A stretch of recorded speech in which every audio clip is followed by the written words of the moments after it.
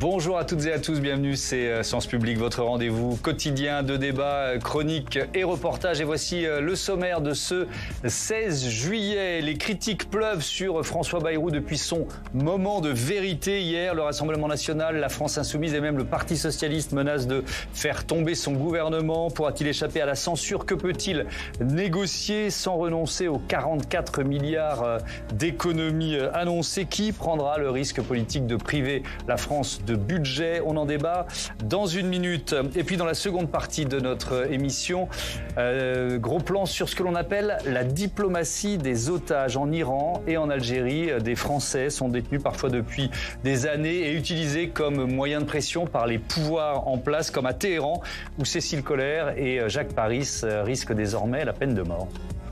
Si les chefs d'accusation qui ont été évoqués étaient confirmés, eh bien, nous les considérions comme totalement injustifiés et infondés. Nous exigeons la libération immédiate, inconditionnelle de Cécile Collère et Jacques Paris. Comment libérer les Français détenus en Iran et en Algérie? Quelles sont leurs conditions de détention? La stratégie du silence, souvent privilégiée par le Quai d'Orsay, est-elle la bonne? Ne ratez pas l'analyse de nos experts sur ce thème. Ce sera dans 3 quarts d'heure. Mais d'abord, les réactions politiques après les annonces du Premier ministre. Réactions choisies et décortiquées par Clémentine Louise. C'est notre moment de vérité. Le rendez-vous s'annonçait douloureux et sacrément périlleux. Sans grande surprise, François Bayrou aura fait bondir toute la classe politique. Pour espérer faire 44 milliards d'euros d'économies dans le budget 2026, le Premier ministre a présenté plusieurs mesures d'austérité. Année blanche, jours fériés travaillés, suppression de postes de fonctionnaires, médicaments moins remboursés et même un effort demandé aux retraités. Quand M. Bayrou explique « Ah, vous comprenez, les Français, ils se soignent trop, ils vont 2 fois chez le médecin pour le prix d'un », c'est prendre les gens pour des abrutis que de leur expliquer que c'est de leur faute parce qu'ils consomment mal les services publics alors qu'ils n'y ont en fait plus assez accès et plus comme avant, pendant que les 10 premières fortunes de France ont multiplié leur fortune par 24 en 30 ans. La colère gronde aussi au Rassemblement national, surtout quand il s'agit de supprimer 2 jours fériés. Ce qui est inacceptable, après 7 ans de macronisme, qu'il soit tellement incapable de se réformer et de couper dans les mauvaises dépenses, qu'il n'ait rien d'autre à proposer que de faire travailler encore plus ceux qui travaillent dur. Au milieu d'un mécontentement général, les plus enclins au compromis, ce sont les républicains et les centristes. Le plan qui a été présenté hier par François Bayrou a au moins le mérite de chercher des solutions. Ce que je constate depuis hier, c'est la somme des réactions irresponsables de tous ceux qui rejettent tout en bloc. Et la conviction de la droite républicaine, c'est que ça n'est pas comme ça qu'on sortira le pays de l'impasse. Pour apaiser l'ébullition en cours, plusieurs ministres ont tour à tour pris la parole pour défendre ces mesures budgétaires. Bien, nous devons retrouver des marges de manœuvre budgétaires et nous proposons, vous le voyez, un effort assez inédit. Inédit dans son volume, mais inédit aussi dans sa répartition. Ce qui pourrait être encore plus inédit dans l'histoire de la Ve République, ce serait une nouvelle censure du gouvernement. À gauche comme à l'extrême droite, on l'assure. Si le Premier ministre ne revoit pas sa copie, ce sera la fin de l'ère Bayrou. François Bayrou a-t-il tapé trop fort? Voilà la question principale de notre débat. J'accueille Christine Lavarde. Bonsoir. Bonsoir. Bienvenue. Vous êtes sénatrice LR des Hauts-de-Seine, membre de la commission des Finances et de la commission des Affaires européennes ici au Sénat. Thibaut Mullier, bonsoir et bienvenue. Bonsoir. Vous êtes constitutionnaliste, maître de conférence en droit public à l'université Paris-Nanterre. Valérie Lecable, bonsoir Valérie. Bonsoir Thomas. Bienvenue. Vous êtes éditorialiste politique pour le site lejournal.info. Et Tam Tranui, bonsoir. Tam, bienvenue, éditorialiste politique. Alors on vient d'entendre plusieurs réactions politiques. Il y a aussi celle de Bruno Retailleau, par exemple, qui dit il faut changer de train de vie. Est-ce qu'il n'y a pas assez d'économies sur le budget de l'État, finalement, Christine Lavarde? C'est l'une des critiques qui est exprimée. Alors, il y a quand même beaucoup d'économies sur le budget de l'État, parce qu'il faut quand même se souvenir que jusqu'à présent, les quelques économies qui ont été faites dans les dernières lois de finances, elles ont quasiment toutes été portées par le budget de l'État. Et il faut aussi avoir bien en tête que le budget de l'État, à l'intérieur de la dépense publique, ce n'est qu'une toute petite partie. Pour faire simple, entre 15 et 20%. Donc on ne peut pas faire porter sur une petite partie tous les efforts et notamment les 44 milliards qu'il faut trouver. Donc cette fois-ci encore, le budget de l'État prend largement sa part de l'effort. Aujourd'hui, il faut quand même qu'on regarde notre dépense publique à quasiment 55%. Elle relève de la sphère sociale.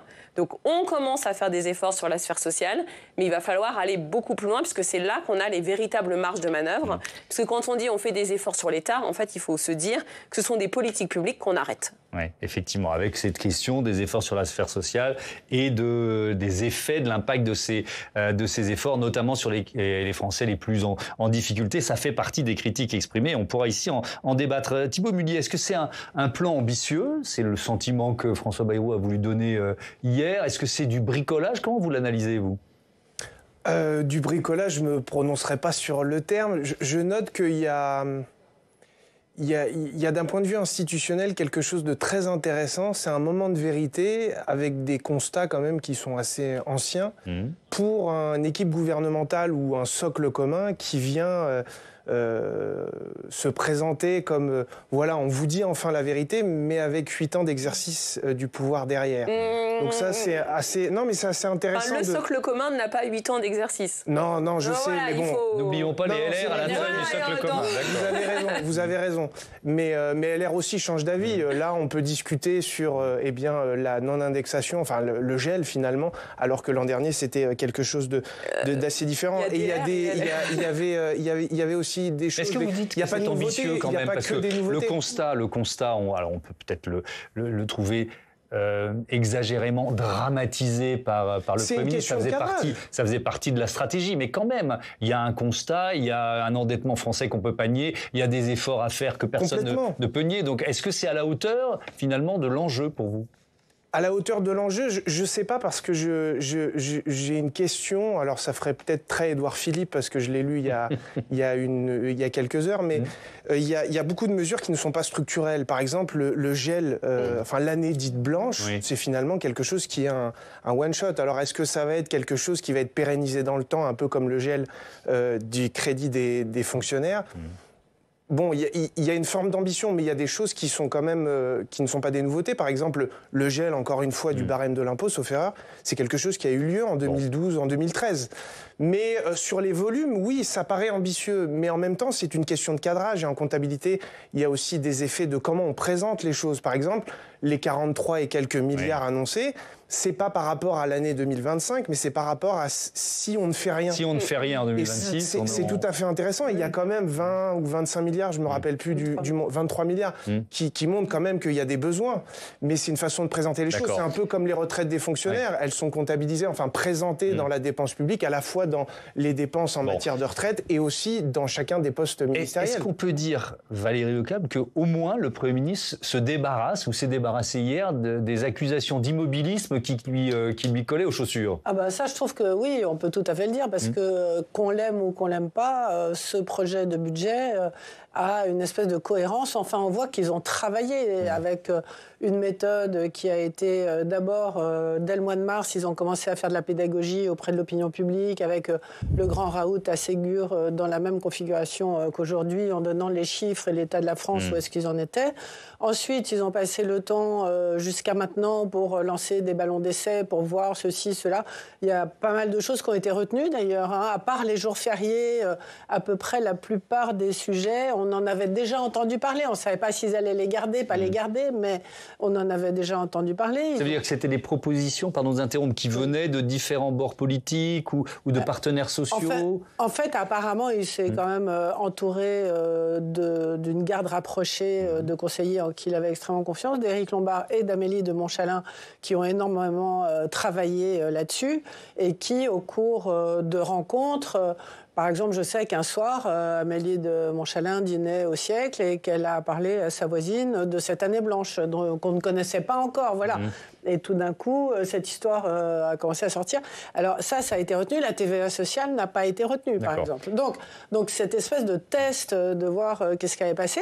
Puis après, ils ont mis comme ça tout ensemble. Alors aujourd'hui, ce qui est intéressant, c'est que pour François Bayrou, il y a deux stratégies possibles et on ne sait pas exactement où il se situe.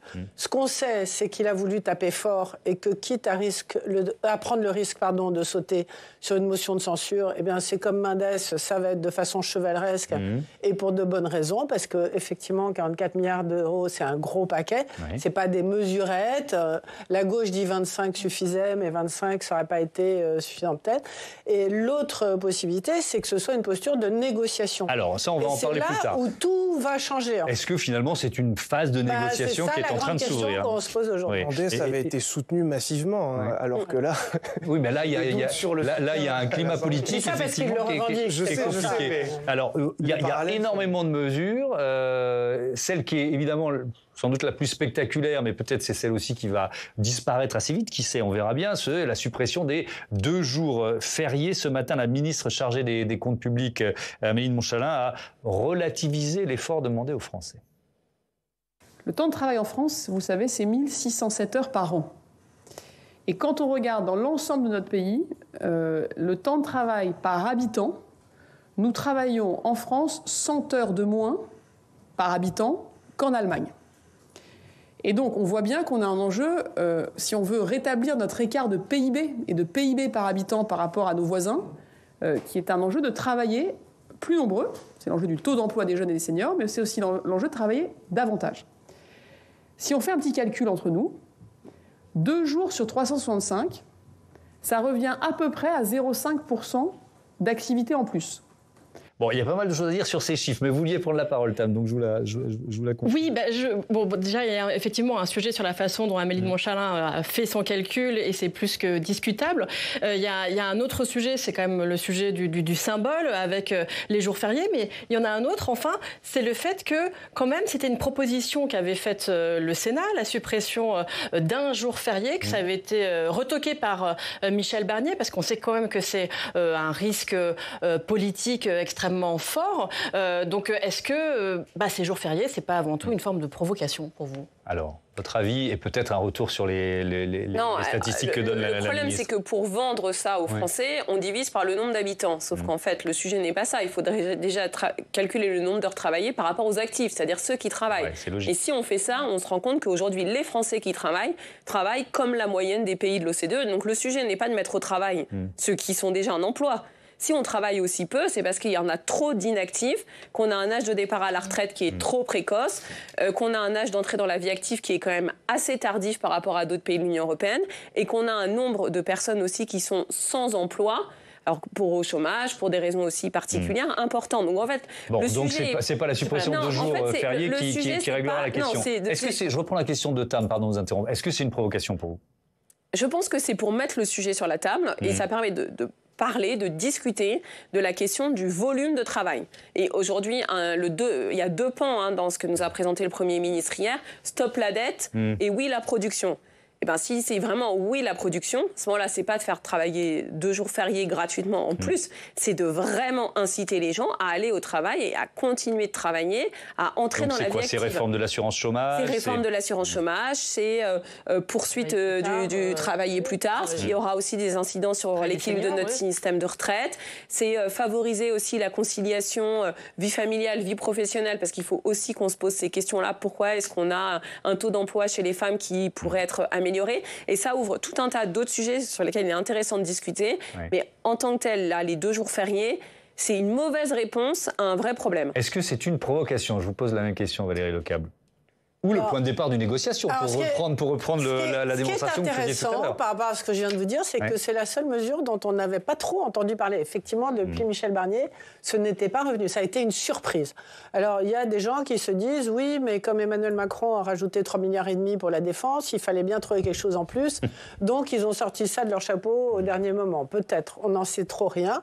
En tout cas, est-ce que c'est une provocation? Moi, sur le fond, je suis assez favorable à supprimer 1 jour férié, 2, je ne sais pas, ça fait peut-être un peu beaucoup, mais parce que je trouve que le 8 mai 45, en dehors du fait qu'il faut absolument garder la commémoration, que c'est la fin de la lutte contre le nazisme, qu'on le célèbre dans les villages de France et que c'est un moment important. Je pense que ça mettrait un petit peu fin, effectivement, à ce que François Bayrou a évoqué, c'est-à-dire ce fameux gruyère du mois de mai, où en prenant 3 jours vous déposez 3 jours de congé, vous en avez 15 quasiment, avec ces ponts absolument infernaux, qui font que dans toutes les entreprises, au mois de mai, comme en plus c'est le moment où il faut solder ses congés, la vie est complètement désorganisée. Donc, si on fait un petit rappel historique, le 8 mai, au sortir de la Seconde Guerre mondiale, il est commémoré, mais le dimanche suivant. Donc c'est pas un jour férié. Ensuite, De Gaulle, quand il revient au pouvoir, il annule le jour férié et c'est François Mitterrand qui le remet. Bon. Et c'était un signe de réconciliation, je crois, avec l'Allemagne qu'on l'a remis, que François Mitterrand l'a remis. Donc ce n'est pas indispensable. Et c'est vrai qu'au mois de mai, c'est quand même entre l'Ascension, la Pentecôte, le 1er mai, machin, c'est infernal. Bon, je suis assez d'accord avec vous là-dessus sur les ponts du mois de mai. Réaction du président de la République il y a quelques minutes, il était en visite à Lourdes. Si d'autres ont des idées plus intelligentes, François Bayrou les recevra. Ce que j'entends là, Thibault Mullier, c'est aussi l'ouverture de ces négociations dont on parle. Et finalement, les 2 jours fériés, c'est un levier de négociation. Ça semble aussi simple que ça, non? Oui, ça semble être un levier de négociation, mais c'est presque trop gros pour être honnête. En sociologie de l'action publique, on étudie souvent le fait de créer des problèmes publics. Et là, on crée une forme de problème. Est-ce qu'il y a trop ou pas assez de jours fériés? Et ça occulte un peu les sujets plus structurels. Enfin, ça a été dit, la question de la production, par exemple, ou même des niveaux de salaire, c'est quelque chose qui permet d'éviter le sujet. On va se focaliser sur cette question des jours fériés. De manière générale, sur la remarque qu'a fait Emmanuel Macron, mais aussi sur ce que je crois François Bayrou dit en fin de conférence, c'est finalement on a des objectifs, on est ouvert à la discussion, mais on ne peut pas en remettre en cause les objectifs. Et Emmanuel Macron qui dit... Donc c'est la même enveloppe de 44 milliards à trouver, quoi, c'est ça? Grosso modo, qui est encore une fois un cadrage. Oui, on a entendu votre argument tout à l'heure. Mais ce qui est intéressant, c'est que finalement, c'était assez lunaire, entre guillemets, d'un point de vue institutionnel, la conférence de presse de M. Bayrou, et à la fin, il était retourné dans la réalité, puisqu'il rappelle qu'il n'a pas de majorité, donc il risque une censure. Mais ce qui est assez intéressant, c'est qu'on a toujours la même méthode. C'est on transfère la responsabilité politique de la gestion des affaires publiques, des affaires politiques, finalement aux oppositions. Alors là, c'est concentré sur les députés. Les sénateurs ont été plutôt félicités de leur travail, mais c'est vrai que c'était des rapports plutôt intéressants. Mais c'est tout à fait notable parce que sous la Ve République, même dans cette configuration-là, on dispose, pour adopter un budget, de dispositifs largement, pas autoritaires, mais en tout cas qui permettent de contraindre très fortement, pas les sénateurs, parce que là, ils pèsent beaucoup moins, mais les députés. Et pourtant, on transfère une part de la responsabilité d'une politique à mener sur les autres. Et honnêtement, les oppositions, elles peuvent beaucoup parler, elles peuvent obstruer, mais elles ne disposent pas d'outils constitutionnels pour peser. Alors, sauf la censure, bien évidemment. Alors voilà, justement, on reviendra là-dessus. Et sur le risque de censure, évidemment, ce sera un chapitre important de notre débat. Mais je voudrais revenir sur une autre proposition, alors qui, elle, a été balayée, puisque la gauche réclame depuis longtemps cette taxe Zuckman sur les plus hauts patrimoines. Elle est un peu dans le no man's land parlementaire, puisqu'elle a été votée à l'Assemblée, retoquée au Sénat, et on attend la date d'une commission mixte paritaire, si j'ai bien compris. Bref, c'est pas pour tout de suite. En tout cas, la porte-parole du gouvernement, elle a balayé cette idée ce matin en sortie du Conseil des ministres. Nous devons renforcer notre attractivité pour attirer davantage d'industries et préserver celles qui existent. Cela implique de ne pas augmenter de manière unilatérale et massive les taxes sur le patrimoine productif, ce qui est le cas de la taxe Zuckman. Cette taxe impliquerait en effet pour beaucoup d'entrepreneurs de devoir vendre tout ou partie de leur entreprise pour s'acquitter de l'impôt. C'est une fragilisation de notre système économique et c'est également très injuste.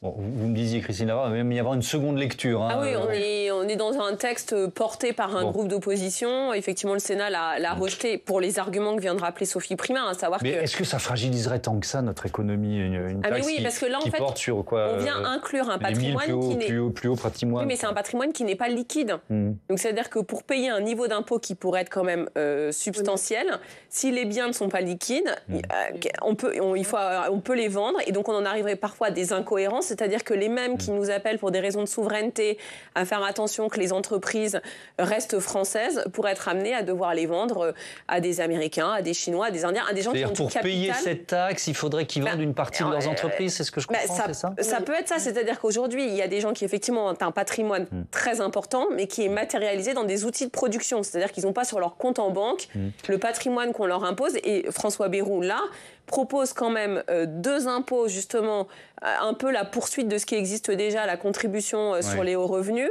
et à côté de ça, une contribution dont on ne connaît pas très bien la définition, justement sur le patrimoine, mais qui viendrait exclure le patrimoine productif.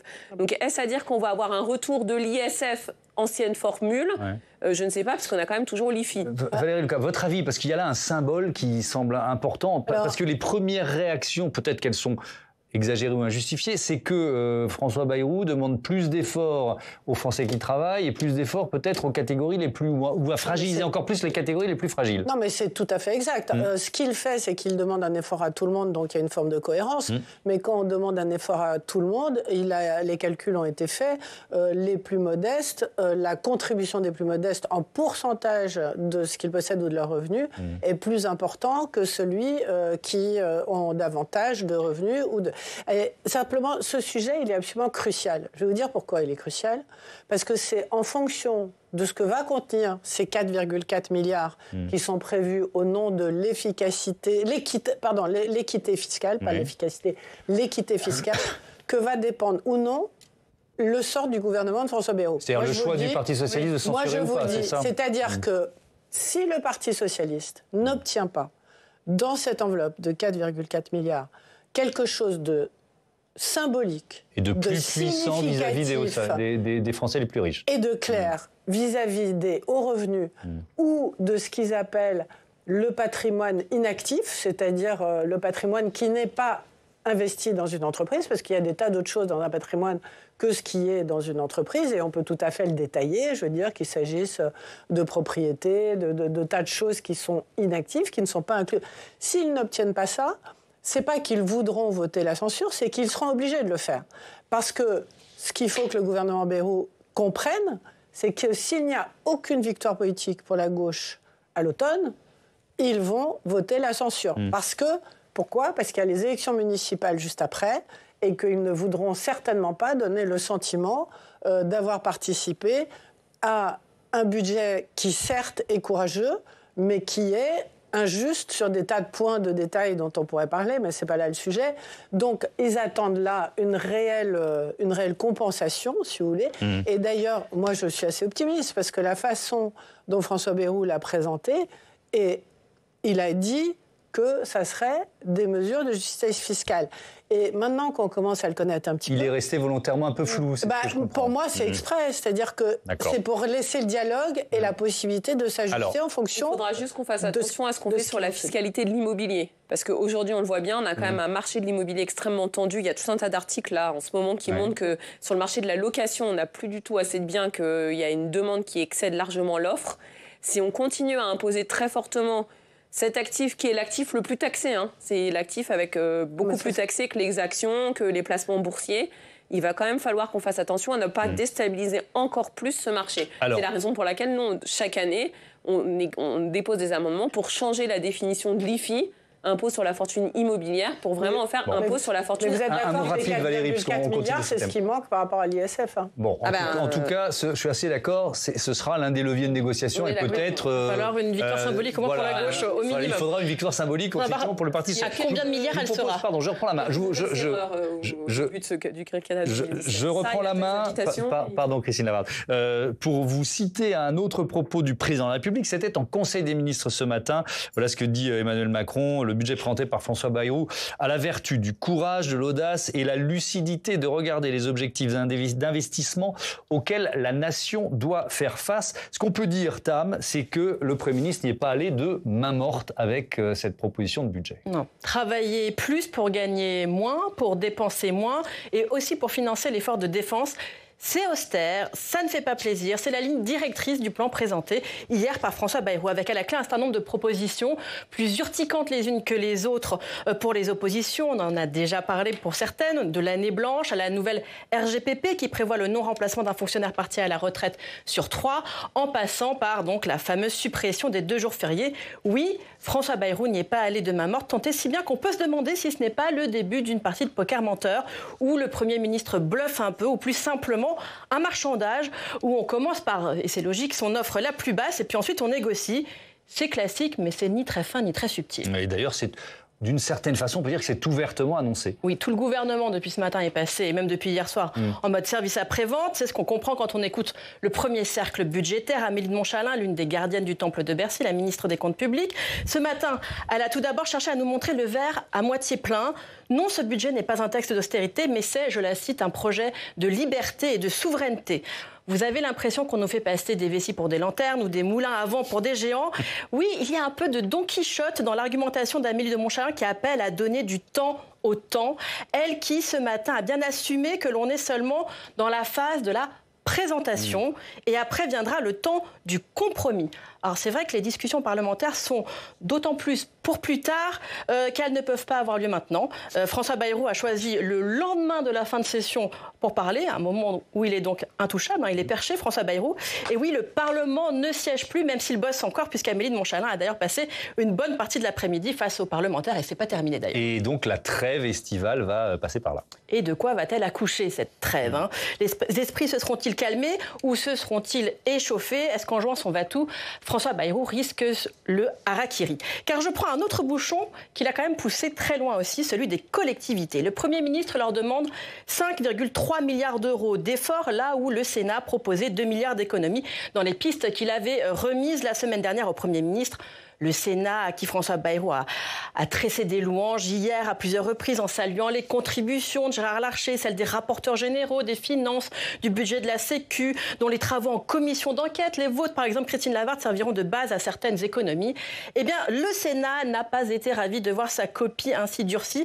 Or, c'est bien la seule chambre sur laquelle François Bayrou arrive à s'appuyer en ce moment. Alors, risque-t-il de perdre un atout dans sa manche avec ce type de sortie? Le rapporteur général du budget au Sénat, en tout cas déjà qualifié la proposition d'effort des collectivités de provocation infamante. Alors même avec ses partenaires, pour François Bayrou, c'est difficile, mais c'est comme d'habitude finalement. Oui, effectivement. Thibault Mullier, il ne faut pas oublier qu'il y a des élections municipales dans 9 mois. Ça va forcément rentrer dans l'équation et des discussions, des tractations qui vont avoir lieu à la rentrée, là, à partir du début septembre. Oui, j'ai pas... Notamment dans l'attitude du Parti socialiste de non-censure ou pas. Je crois que pour celles et ceux qui sont ouverts à la négociation, et je crois que les socialistes, même s'ils sont très critiques, n'ont pas fermé la porte à des négociations ou à des discussions, je crois que ça va entrer dans la balance. Mais au-delà du timing, c'est intéressant, c'est en lendemain de session extraordinaire, mais la contrainte surtout, c'est qu'on adopte un budget dans un délai très contraint.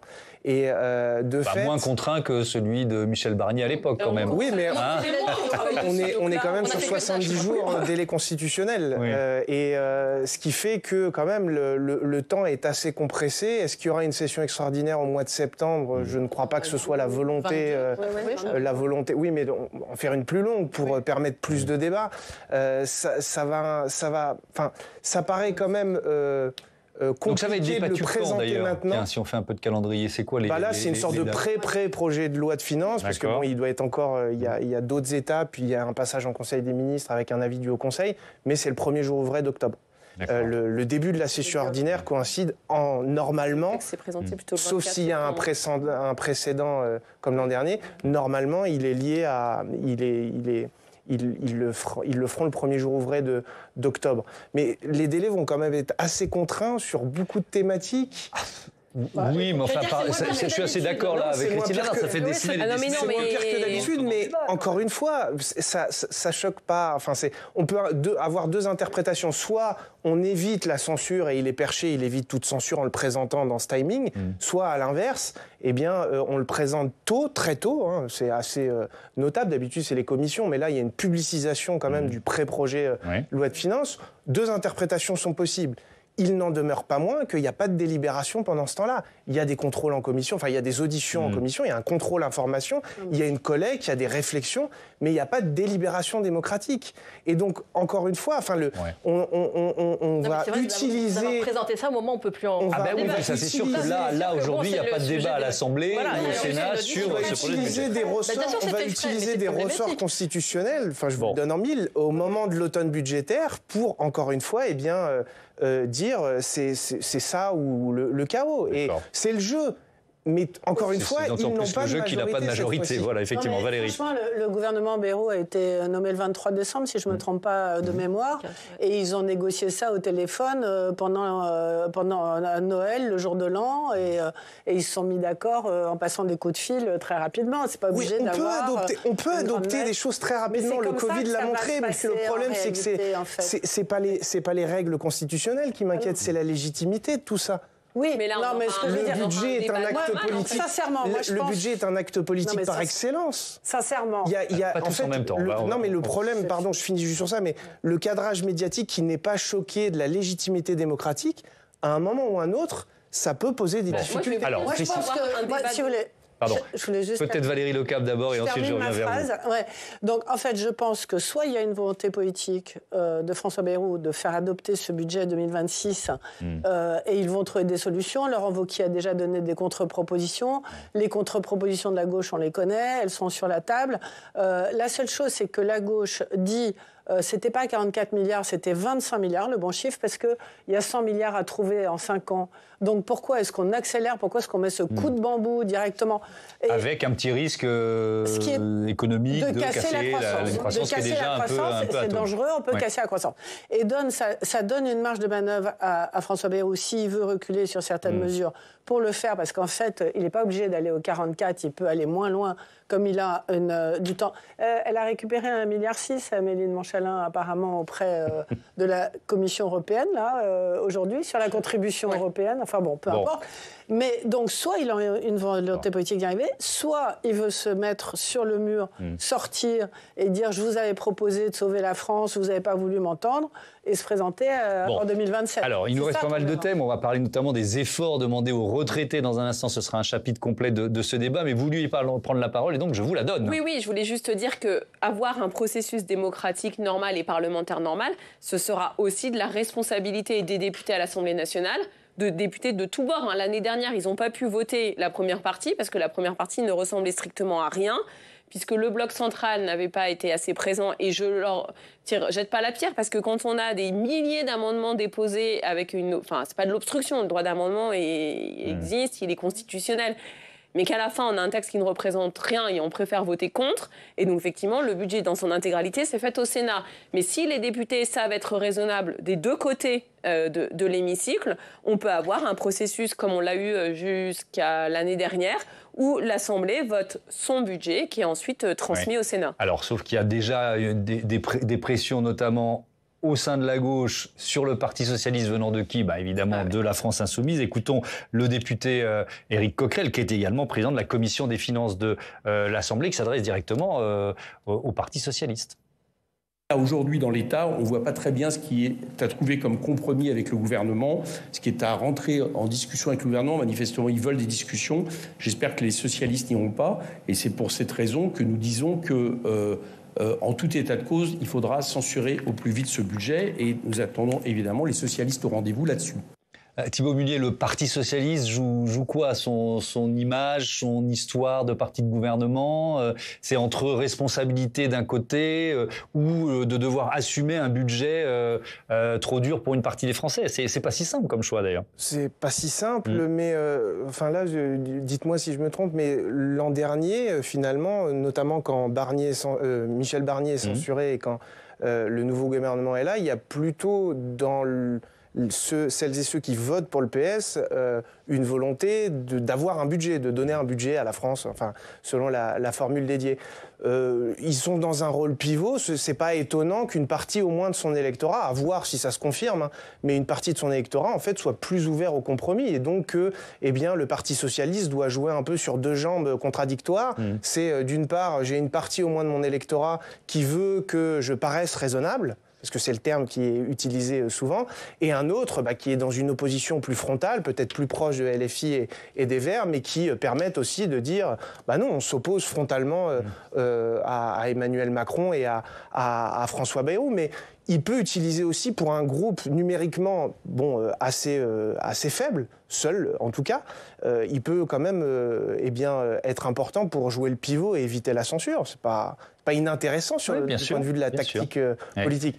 Après, encore une fois, j'entends tout ce qui a été dit, mais là, on présente un budget qui a une prétention assez austéritaire, quoi qu'on en dise.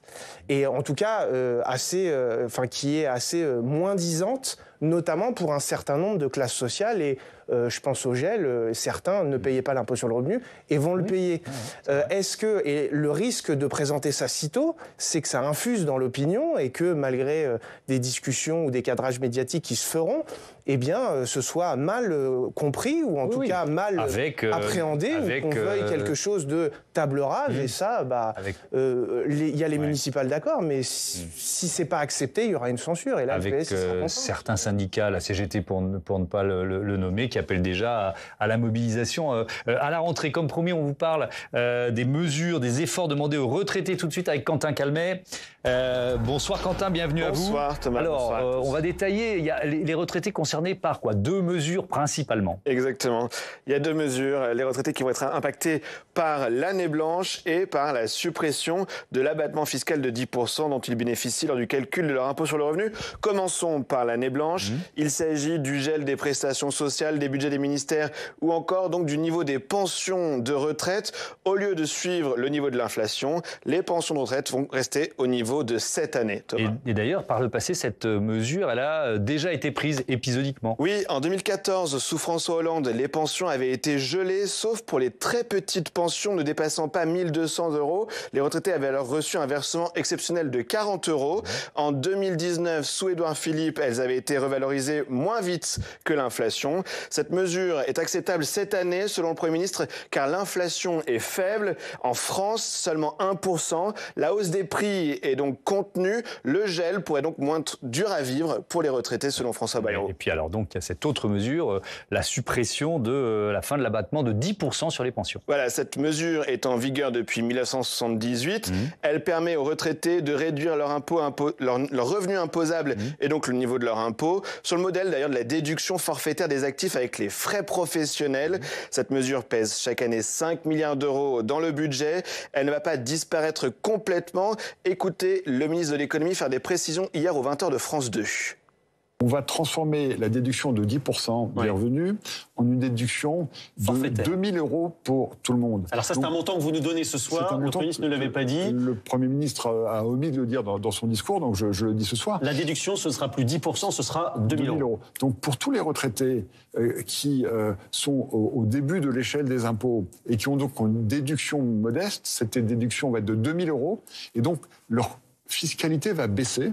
Et effectivement, en compensation, la fiscalité des retraités qui gagnent plus de 20 000 € par an sera légèrement augmentée. Ça, c'est une mesure de justice sociale.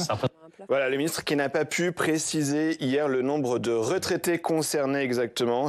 Et attention, je voulais finir en rappelant que c'est sur la question des retraites que Michel Barnier a été censuré l'année dernière. L'ex-premier ministre, à l'automne dernier, qui a coalisé les oppositions contre lui en refusant de lâcher la non-revalorisation des retraites. Le sujet est donc particulièrement sensible politiquement, on le sait. Effectivement, merci beaucoup Quentin. Valérie Lecable, est-ce que c'est effectivement courageux politiquement de s'attaquer aux retraités? Je trouve que c'est très malin pour 2 raisons. D'abord, la situation n'est pas du tout la même que celle de Michel Barnier, puisque Michel Barnier avait ciblé particulièrement les retraités. Là, tout le monde est touché, toutes les catégories sociales, les fonctionnaires, les salariés, etc. Il aurait été quand même incroyable que seuls les retraités échappent à l'effort. Donc, c'était bien le moins de leur demander de participer à l'effort collectif. Donc, ce gel s'applique à eux comme à tout le monde et c'est tout à fait logique et je ne pense pas que ça puisse être très contestable. Ensuite, on a beaucoup parlé de l'abattement de 10% qui, effectivement, pouvait créer des désagréments et en particulier pour les petites retraites. Et je trouve que cette idée d'avoir trouvé cette forfaitisation est intelligente parce qu'en fait, ça veut dire que vraiment toutes les petites retraites vont pouvoir toucher 2 000 € quoi qu'il en soit. Donc ça veut dire que pour certains certaines, ça sera une valorisation, d'accord. Les très petites retraites, qui ne pouvaient pas... 10% de pas beaucoup, ça fait pas beaucoup. 2 000 €, c'est plus que 10% de très peu. Donc ces petites retraites-là, elles vont pouvoir toucher plus. Donc effectivement, ça ne s'adresse qu'aux retraités qui sont au-delà de ce seuil. Donc effectivement, on n'a pas le chiffre parce que le ministre de l'économie ne nous l'a pas donné. Mais apparemment, si ce qu'on a entendu dire n'est pas faux, quand même, mais madame va nous le confirmer, il y aurait quand même pas mal de retraités pour lesquels les conséquences ne seraient pas dramatiques. Alors Christine, le problème c'est que sur cette mesure, on manque d'informations parce que les petits retraités n'étaient pas imposables. Donc de toute façon, il n'y a pas ce sujet de savoir si on leur redonne du pouvoir d'achat. Mais donc les 10%, ils ne les avaient pas. Et ils ne les avaient pas, mais ils n'étaient pas imposables. Donc le sujet ne se pose pas. Et là, on n'a pas dit que c'était un crédit d'impôt. Là, ils vont avoir 2 000 €. Mais non, on n'a pas dit que c'était c'est pas un crédit d'impôt. On donne un forfait, donc on ne va pas leur rendre de l'argent parce qu'ils ne sont pas imposables. Donc ceux qui ne sont pas imposables, ça ne va rien changer pour eux. Sauf s'ils rentrent dans l'imposition. Et après, dans l'abattement des 10% qui existait, il y avait un plafond. C'était jusqu'à 4 500 €. Donc de toute façon, les retraités déjà très aisés, ils continuaient à payer de l'impôt à plein au-delà du plafond. Donc, et là où le diable se niche dans les détails, c'est que là, la mesure, avant on était sur une mesure qui était par couple. J'entends que cette fois-ci, c'est par personne. Hier, j'ai entendu la ministre expliquer que c'était pour faire un transfert des retraités aisés seuls vers les retraités en couple. Là, je dis attention, puisqu'on sait bien qu'un retraité seul a plus de charges de fonctionnement qu'un retraité en couple. Il est seul à payer son loyer, ses factures, ses abonnements. Donc, voilà, ce plafond de 2000. Oui, mais sur le principe, c'est quand même, ce que disait Valérie Lecable est assez juste.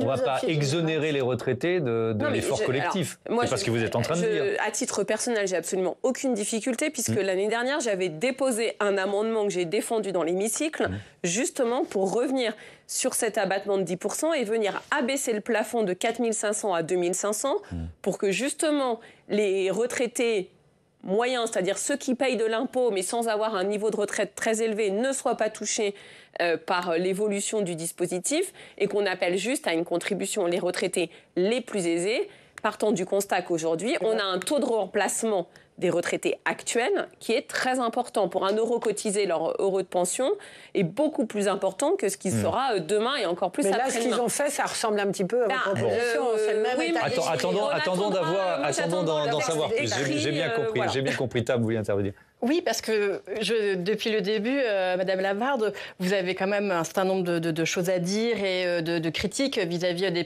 du budget qui nous a été présenté hier.